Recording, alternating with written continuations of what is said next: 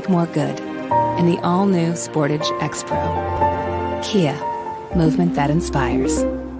Quaker Steak and Lube is throwing open the garage doors and setting up the umbrellas. It's patio season. Come enjoy great food, drinks, and fun in the sun. There's always something happening at Quaker Steak and Lube, but we're really amping up our event calendars for our favorite time of year.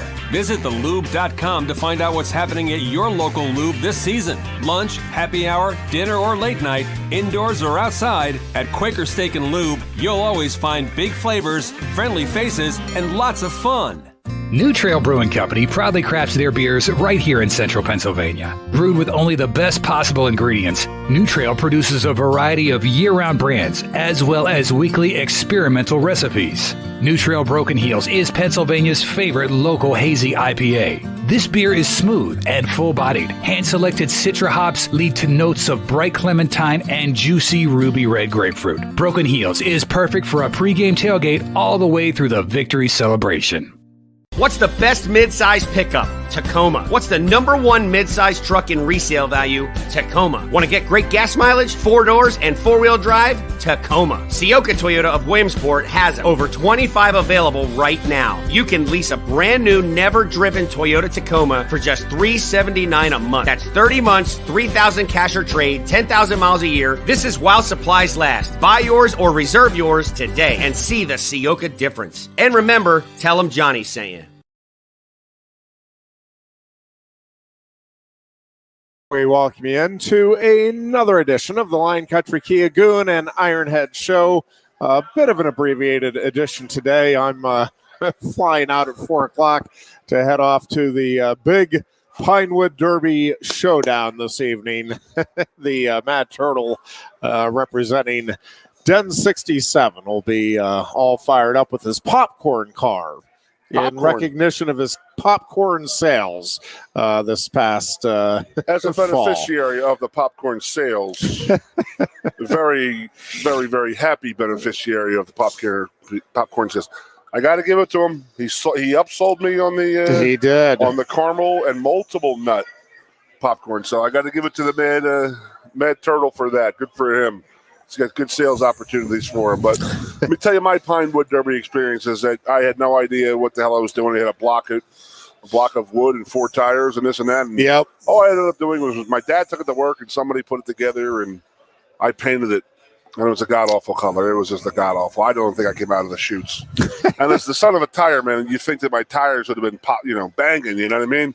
I think one was nailed in too tight. I was only running 3 tires. I tell you, that is the by far the trickiest part of the whole experience. But it is fun. I mean, you and I both had similar experiences. It's like, well, somebody's dad's making the thing. I mean, I remember one time I'm watching this. It's so funny. I'm remembering this. He had like a Star Wars character in the car, burrowed in there, and he was riding it down the hill. And that's awesome. Oh, Lord. Yeah, we've had characters. But he built that all himself, though. Yeah. Oh, yeah. Sure. Well, the idea, hopefully, as they get older, the kids get more and more involved in the process. And that's been the case. The Mad Turtle was much more involved last year than the first year, and it was probably about the same this year. But he's definitely into it, working on it. Yeah. Yes. So I got bad news this week in Ironhead. Yeah. So I had a bunch of people at the house, and then I got a text, and I mentioned it out loud that my friend of mine in Oklahoma, he said, "Hey, my daughter is selling Girl Scout cookies, and you can order them to be delivered now." Ooh. And I said it to my wife as a joke and this and that, and then 3 ladies were right there, and I pretty much got the looks of death, like, you better buy them for my daughter. Oh, boy. Larry cutthroat business there, buddy. Yep. And, I didn't know what to do. I sort of choked, and I said, we'll have the girl call me, and then we'll make a deal and this and that. And so I'm probably going to have about 50 to 80 boxes of cookies. And they changed the name of them now. There are worse things that What is wrong can with happen. Samoas? What is wrong with the name Samoas? They changed the name of that? Yeah. I didn't know that. I know they have that raspberry one, which I want to try, that a new one. Maybe I'll buy a couple boxes. We'll have a little taste test. So yeah, I mean, you only get like 4 cookies to a box now. And they have the those s'more ones now, which are phenomenal. Really? Highly recommended. Okay. Yeah, just throwing it out there. Oh, the frozen mints in the freezer. Yeah, it's a pretty good, nice after dinner. It's like an Andy's candy. Remember those little those green wrap things you used to throw in have with your coffee? Yeah. Just put some on the hotel pillows at the upscale places. Yeah. The high ritzy places that I always stayed at. We didn't go many of those places. Penn State basketball at Wisconsin tonight, Goon, and I'm really curious. This just feels like a big opportunity with the extra time off. I'm hoping this team comes out, close to as hot. I don't know if it's possibly as hot as they were against Indiana, but it'd be nice to. This would be a huge road win, obviously, to get. And like pretty much all of the games, I think it's winnable.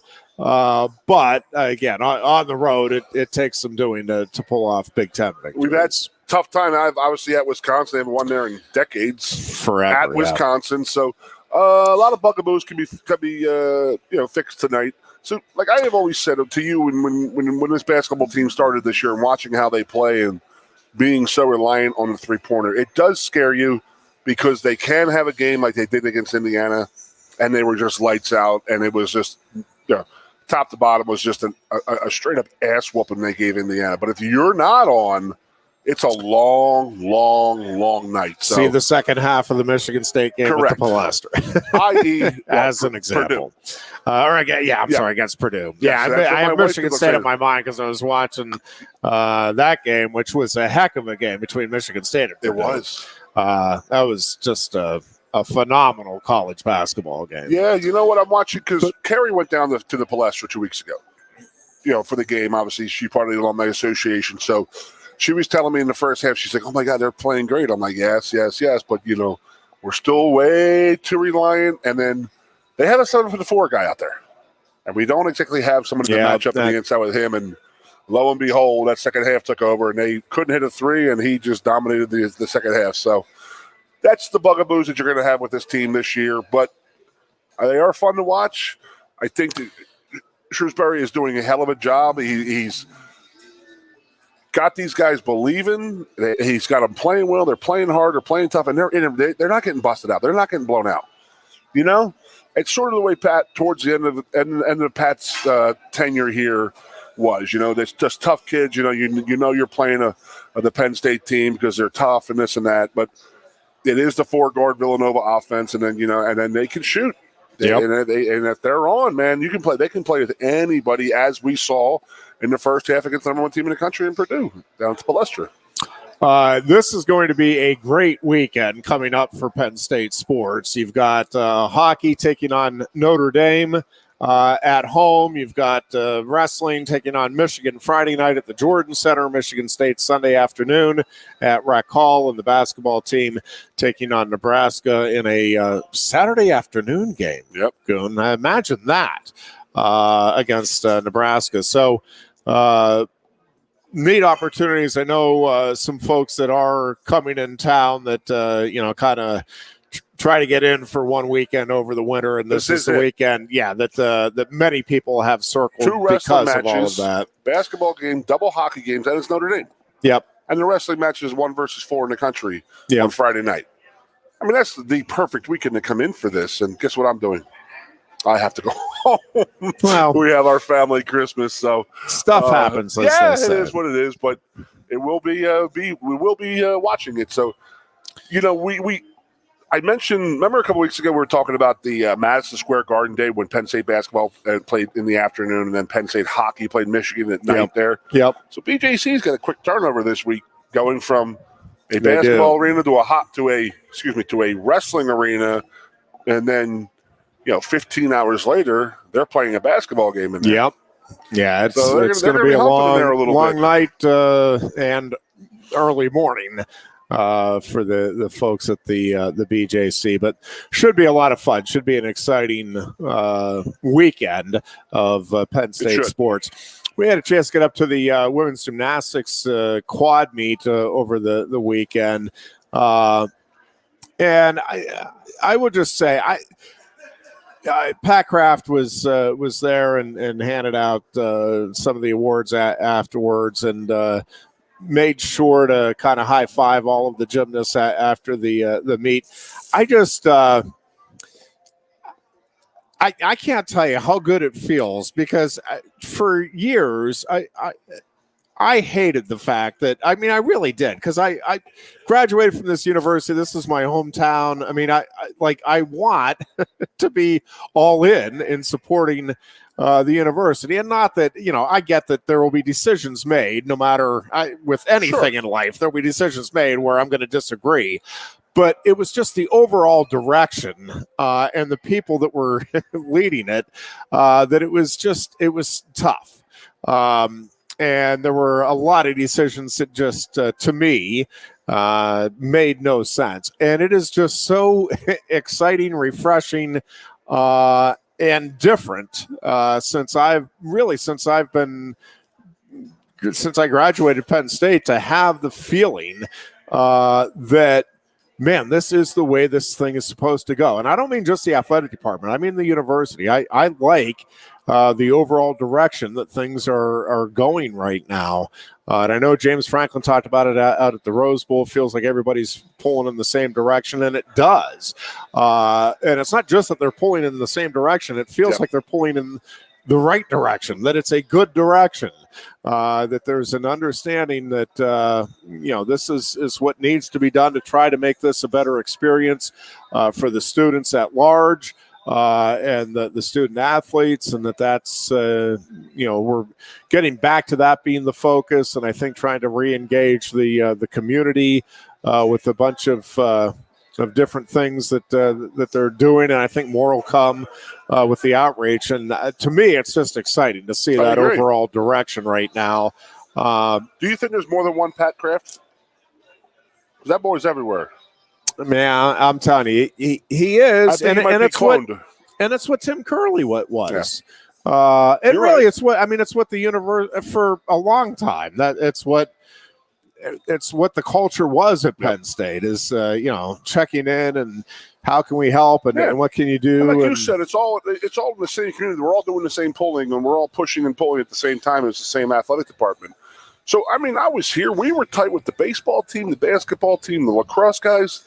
The wrestlers were the offensive linemen's buddies, because they were like master blasters on our shoulders. The men's gymnastics teams, the girls' gymnastics teams.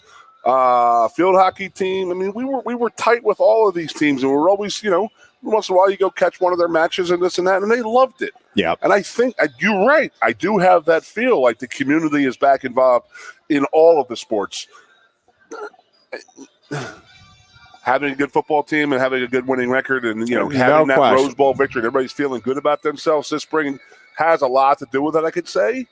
But and listen, even before that, everybody's all on the same team here, and winning is a big part of it. And listen, the women's gymnastics, they're not going to contend for a national title this year, but they got to 196, which was a new season high, and it feels like that thing's moving in the right direction.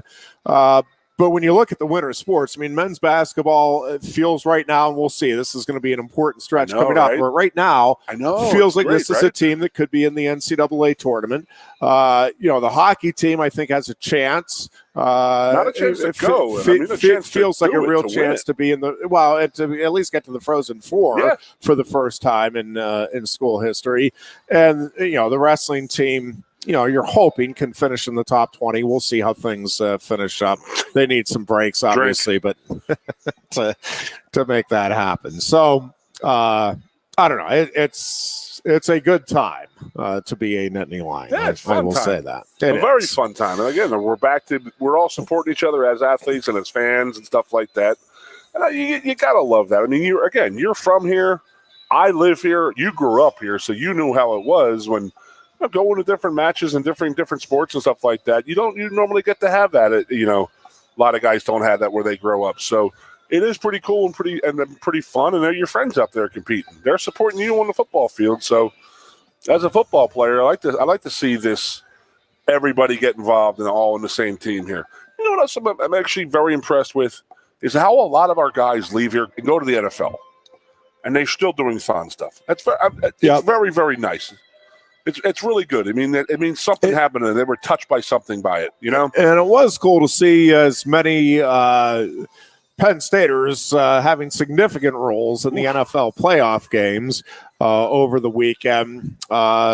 It was fun as a football fan from, late Saturday afternoon straight through Monday night. Felt like there were almost always games on when I had a chance to be in front of the TV. So that was enjoyable, and a lot of good games, a lot of interesting storylines, and not such a good game last night. And I don't know, Goon. It'll be. I'm really curious to see what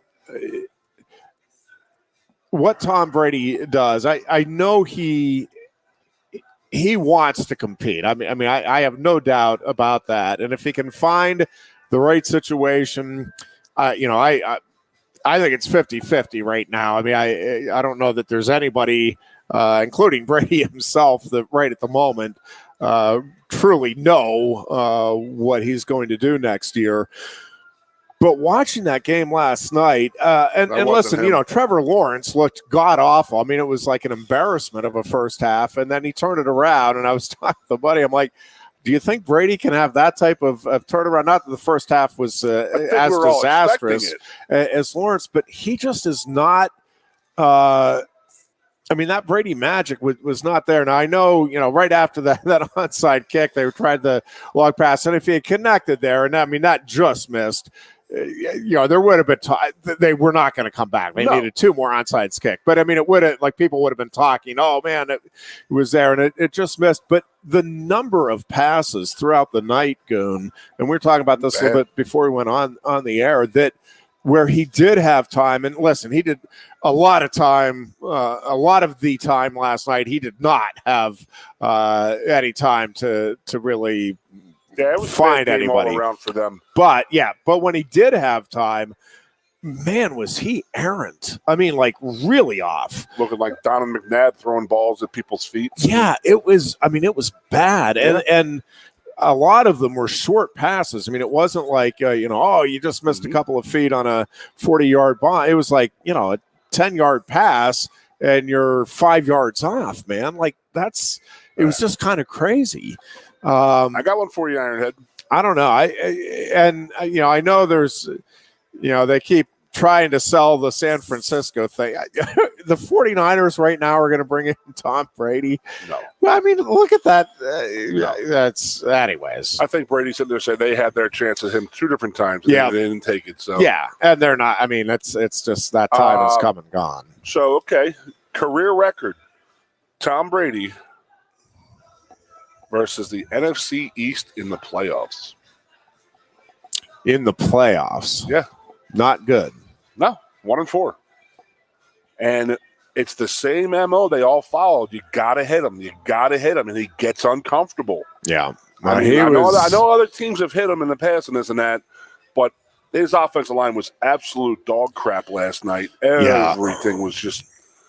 If you watch the center snaps, and I know that kid Jensen playing last night at center, God bless him. Yeah, he got hurt the second day of camp. He tore his knee up, and he played in a playoff game yesterday. He worked his ass off to get back. And he didn't play great. If you looked at a lot of those snaps, Brady's, before it even plays, even started, he's chasing the ball down, or he's having to reach around and try and grab an errant snap. So he didn't play a great game. And, we're witnessing an absolute star in the making with Micah Parsons. Just literally was all over that field last night. And then I think we're witnessing a star made. Yeah. I think he's already he's there. Batting passes down. He's so instinctual out there. He has a feel for the game. And I think that I don't even know. They're all running together, so I don't even know who was even the announcer. So, it was Joe Buck and Aikman, and they were like, he's just so instinctive, and it's the truth. knowing when to put your hands up to block a pass versus, going after the quarterback. And it's just, God, he's got it going on. And they're using him in the right way. Now, everybody's all up in arms and, loving up on the Dallas Cowboys. Well, what I say before the show started, you still beat an 8-9 football team. Yeah. A very injury-depleted NFL team. And it is what it is. So we're going to see the real Cowboys on Sunday versus out in San Francisco. I mean, that is going to be a hell of a game. Eagles, Giants, I mean, no matter. They could be playing at Memorial Field and it's going to be a war. I don't care. You throw the records out when those two meet, and it's just they just don't like each other. Never have liked each other. AFC, it's just going to be a great weekend. I'm not to wish your weeks away and your days away, but damn, I can't wait for this weekend, man. Yeah, I am. That Bengals-Bills game obviously is, I think, if you had to pick one game and you don't have any dog in the fight, obviously, if you're an Eagles fan, you're dialed in for that one. But, from the outside looking in, the game that everybody's going to be focused in on is the Bills-Bengals game. And, the one thing – and I know they got to the Super Bowl last year with an offensive line that was struggling, but they've lost 3 starters here in the last few weeks. That is really hard to overcome. And listen, the Bills have had. I mean, the Bills aren't going to be sitting there feeling sorry. They've had even. Before the Hamlin injury, they've been dealing with just a mind-boggling number of injuries themselves, and it's been a constant even before change. Hamlin. That's what I'm saying. The 2 snowstorms, remember they had to cancel, had to go to Detroit the one time? Yeah. The next time they were all stuck in their homes, and they couldn't – I mean, that year, it's a crazy year that they've had. Yeah, so that game, I think, is just going to be – a fascinating watch. And there's going to be all kinds of what's your feel stories and you feel as if the angles. Bengals got screwed a little bit having to go to Buffalo? I mean, again, there was no perfect. There was no perfect solution. So they sort of had to take a bullet. I think the NFL did the best it could with just an unbelievably difficult situation. Happy at all about the Atlanta thing. That just sucks to me.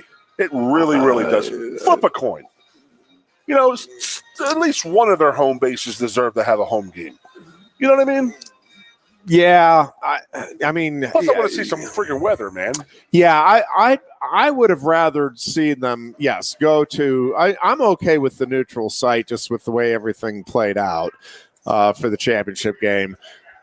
But, they're both outdoor teams and cold weather teams. So, have it at, whatever, Chicago, Pittsburgh. I mean, there's a number of cities that could have hosted it that I think I agree with you there. That I think I don't like the outdoor stadium would have been preferable. And I think that both teams would have been cool with just flipping a coin even before the playoffs started. It's just how I feel. Yeah. That's just. I don't know. I'm okay with the neutral site myself. I don't like it being inside. But I'm kind of with you on that. Well, then they tried 3 of them. They tried Indy and Detroit, and they were both being used or renovated at the time. So, and then they go to Atlanta. So, I don't know. It sucks for the locals because it's going to be a lot of money for them to go down to Atlanta, and then if they do win 2 weeks later, you're going to be trying to go to the Super Bowl. So. I don't. It's just not. Whatever. They were in. The NFL was in between a rock and a hard place. They had to make a decision. They were going to make somebody angry, I guess, and it's me. I guess they made me angry, Jeff.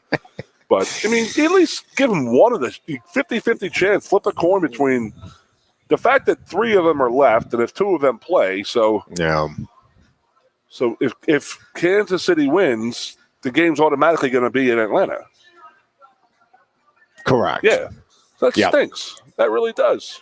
I'm not a fan. Not a fan at all whatsoever of how that shook out because I do love, our 3rd or 4th year in a row now we've been doing this show. I've always told you that my favorite football day of the year is conference title Sunday. It's 2 Super Bowls and just bang bang. Rather than all the build up for a bad Super Bowl which you usually get. Yeah, you have two really good games. The one thing that I don't think we've ever had before, correct me if I'm wrong, I didn't do research on this, but I don't ever remember one team having 9 days to get ready for a game, and the other having 6 days. Or, well, I guess it'd be what Saturday to Monday, yeah, so 6 days versus 8 days. 8, yeah. 8 and change. But two additional days of rest and preparation is pretty doggone significant, especially when you're talking about playoff football. Correct. And you're the home team. Yeah. So, I mean, Dallas on a short week flying has back from to travel last night. Yeah, late they last fly night. out. They're probably going to go out there Friday. Probably, yeah. I guess they have to because it's a certain amount of miles away, so they have to do 48 hours before the game. So I mean, again, I'm not. Yeah, I am certainly not looking to make excuses for the Cowboys. Yeah, but I mean, man, we get off the air because the Rams won last right. year's Monday Night Football game. You know that, right? Yes, in the playoffs. I don't know when they played the next week. It may be the same, or who they played. I mean, I could look it up. Yeah, I don't. But they definitely played that Monday night game when they went on to win the Super Bowl. So it didn't really affect them. But it's depending on who they played in the second round. Yeah, maybe was a big one. Yeah, I don't know. It'll be interesting to see. Because I looked it up last night. I didn't know who they played in the second round, but my brothers were asking me, the Rams didn't win their division last year? I said, no, the 49ers won their division last year. So that was a very weird one. To think that, and then so they're playing on the road, and they're because they weren't the division winners, and then they ended up playing the Super Bowl at home. Yeah, yeah. What a world! What a world, Headley! What a world! So we'll talk about it more Thursday, obviously. But I mean, it was a hell of a weekend, great weekend. Just, I mean, I should have texted you because I wouldn't shut up on Saturday night. I was telling everybody at the house, I was like, I have that Buffalo Bills feeling about this game. I really, really do, because Lawrence cannot play this bad. And he's having some, like this first interception was a tip ball. Yeah. The next one was just, I mean, he threw two bad passes and they both get intercepted. So I get it. But there's no way he was going to play that bad all game. So I was telling my wife and her family, and we were all just sitting around, and I was saying this game has a Buffalo Bill feel to it, and that being the big comeback, because I remember 1992, it was January 3rd, 1992. Yeah. I was at my sister's house in Manayunk, out in the Philadelphia area, watching that, and I watched that whole game. I could not believe watching it. Did you watch and listen to it? Yeah. Were you as upset as I was furious about Al Michaels and Tony Dungy. Just no excitement whatsoever. You're watching the third biggest comeback in the history of the NFL, and it was just like, oh, they score again. Well, here they go. Well, they're only down 6 points now. Wow, could this happen? I mean, come on, man. I mean, when people are on social media complaining about that, that's crazy. Yeah. But I was saying it during the time. I'm like, man, this is not really – it was a comeback for the ages, in my opinion. For sure. Oh, man. No question. And for a franchise that was, all but done before Lawrence got drafted, right? Like, I mean, it is. And you got Dougie P out there. I mean, you cannot count him out. I mean, he's a gambler. And Bosa, I mean, I'm not going to say that costs him the game, but man, you got to control yourself, man. He has a point. I understand it. Yeah, a very good point. The guy was clearly offsides, and they're not calling it. And they were, he was one offsides, and then he was literally holding him. And I don't know. You're throwing I don't know. I thought that was a really questionable penalty. Which one? The helmet slamming the helmet down twice. Yeah. That's an unsportsmanlike thing. I could get that, but the other one was he yelled at the ref. I mean, he went after the ref, but the referee came back to him. Yeah, I was like, "What you say? Just let it go, man." I mean, it's in the moment, I guess, but Bosa's got to have a little more self-composure than that. But I know those types of guys, and it's like he's out there. He's Bruce Smith. He's out there for one. He's rushing the quarterback. He doesn't care about the runs. Rush the quarterback, and as a defensive end, he will complain about being held every freaking play. That's just what they do. But and he is getting held. He was. I mean, a couple of them were pretty. And again, pretty atrocious. We go back to, if you're going to call it like that during the whole football season, you sure as hell better be calling that in the playoffs. You better be calling that. You can't have two different sets of rules. You know what I mean? Like, I don't know what the answer is. The officiating is not good, and these guys. I mean, I'm not a big fan of piling on the individuals who are doing the officiating. I mean, I think those guys are out there genuinely trying to do the best they can. I think sometimes you've got to have like a guy slamming his helmet down. How is that impact? It's not impacting anything. If you don't need to throw the flag, don't throw it. I mean, and especially when you've made back-to-back atrocious non-calls. He did Keep it twice, the flag in your pocket. But the fact that the head coach picks the helmet up, hands it to him, and he slams it again. But I don't know what the I don't know what the answer is. You have referees who have bad days and they're miserable out there, and they're like, it's just my game. I'm controlling this game, and you can see where that could happen. There's a lot of key calls that are changing outcomes of seasons, and it's again, I don't know what the answer is. But it feels like something needs to change in that regard, because it's just been too consistently. The bad calls are making a big impact on the outcome of games that are going to alter. They careers. were not going to go for two, and he got that other 15-yarder, and they put the ball on the 1 yard line, and you're not going to stop him. Yeah, you're not going to stop Trevor Lawrence from going 1 freaking yard. Yeah. And how about I know we're rushed, but the Cincinnati. I mean, they're going down 7 to being up 7 on. Just you do not reach that ball across that line. Well, they were not on the 1 foot line, and they were on the 1 2 yard line. I have to just personally, it hurt me to watch John Harbaugh on the sideline. I know. I was worried about agony. you. My heart goes out. I was worried about you, but to the you're okay with the Bungles, beloved Ravens, and I'd like to see them get bounced here in Buffalo. Definitely the people we were with, they were Bills. from Cleveland. Carrie's cousins were all from Cleveland, and they're like, people in Cleveland are like, we love the Bengals, and it's like, why would you? No, I don't love the Bengals. I do like Burrows. I mean, I like individual players. I'm not rooting for Pittsburgh, but no, because they're from the state of Pennsylvania. Are you rooting for the Eagles because they're from the state of Pennsylvania? No. You want me to be miserable, Ironhead. You want the Giants on Saturday night. I'm all in. Well, I would. I mean, I do love watching Saquon and the storyline there with Jones and everything it's just good for the sport. It's fun, and no matter how this thing plays out, I think it's there's compelling reasons to watch, even if you're not an Eagles or a Giants fan, and that's what you want if you're the NFL, and it's what you want as a consumer of sports. Is those give me a reason to watch, and we have plenty of those. I'm obviously from the start of the season, if the Steelers couldn't win it, I wanted the Bills, and now I think just about Bills, everybody Eagles in week 2, I think. And just about everybody that's objective, I think now is pulling. Team. Yeah, for Buffalo. They better snap up accordingly on that defense. Yeah, I am really curious to see what.